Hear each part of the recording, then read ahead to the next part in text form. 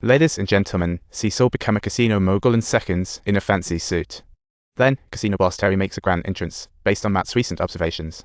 Terry shows up like a clockwork toy every night at 7 p.m. for a speedy 3-minute business brief with the manager, followed by a "Hey, bro," with the high rollers. At 7:30, his assistant dutifully delivers the daily earnings report and the latest security codes. Terry runs the casino like a well-oiled machine. It's not just for show. Now, how could a successful man possibly be without a beautiful woman by his side? Of course, it's impossible, as Matt is utterly infatuated with a stunning lady named Taze. But Peter nearly faints. Everyone's hard at work making the casino's vault look fabulous. Peter hurriedly drags George to the entrance, only to discover that Taze is George's ex-wife. Peter now has a legitimate reason to suspect that George may have cooked up his plan to win his woman back. Remember, we can't split the experiment into 17 plans. Everything must go according to plan. I'm not forced to make these choices. George does have a point, but if Terry's vault gets robbed, Taze will simply take off. That's a pretty clever calculation. Taze and Terry's relationship is shaky. They are just partners in crime, and Terry is a total workaholic. Knowing this, Matt has been lurking around the casino for days. Terry quickly gathers intel on the Russian named Zelga. This guy deals arms and recently made a neat 200 in the casino, definitely not your average Joe. So it makes sense for him to buddy up with Terry, especially since he's living in the presidential suite above the casino. The suite doesn't exactly scream safety either. Here's something important needing overnight storage before big game days later. This request is a bit odd, but Terry can't seem to find a good reason to say no. While they were chatting, Taze turns around and spots George.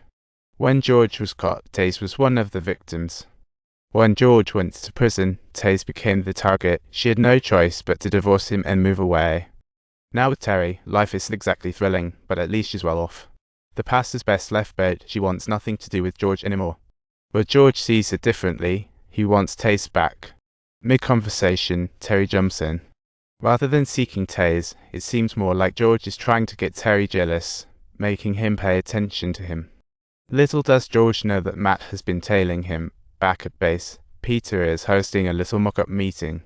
The replica vault is ready, and once the guy hides inside the safe and the door locks, it's showtime. The guy's got to nail a perfect flip-on entry because it's gravity sensitive. Those feet better not touch the ground. The day finally arrives to take action, and Peter decides to fire George for secretly meeting with Taze. Too risky. Matt tailing George was all Peter's idea, so no matter how George spins it, Peter kicks him out with a vote. The next day, the MGM venue is packed. All eagerly await the boxing champ showdown. Saul and Terry are outside the casino, waiting for their boys, when a car arrives right on time. The guy gets out holding a box, and the two swiftly execute the secret transaction. As they stroll, George pretends to lock eyes with Terry, who instantly feels jealous and orders his men to keep an eye on George. Terry, in accordance with the established rules, has to check the contents of Saul's bag.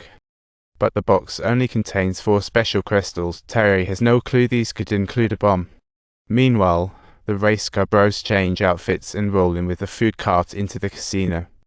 Underneath the cart is a special safe, and the plan is for the stunt guy to smoothly slip inside. Terry brings Saul to the security center, looking rather impressive all the while. It's impressive that he can service even new acquaintances to such extent. Time is money in his world, but today, it's measured down to the second.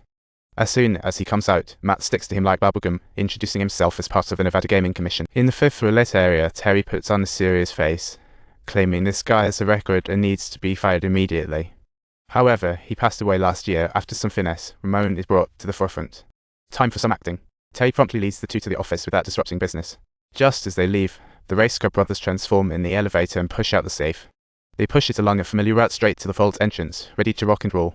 Just as these two are about to throw down, the employee opening the door steps in and stops them right in their tracks. Upon inquiry, the employee checks, finds out Terry arranged it, and opens the door without further thought. The guys complete the task and hurriedly leave. Saul sees everything clearly through the surveillance. All the while, he's chewing a special gum, ready to show off his ultimate trick whenever needed. Meanwhile, George is busy chasing after Taze, who tells him to beat it as soon as she sees him. "You looking for me? Up for a job discussion?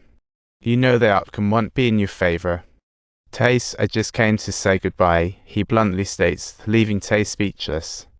After offering a polite kiss, George decides to take his leave. However, 2 burly men stand in his path, blocking his way.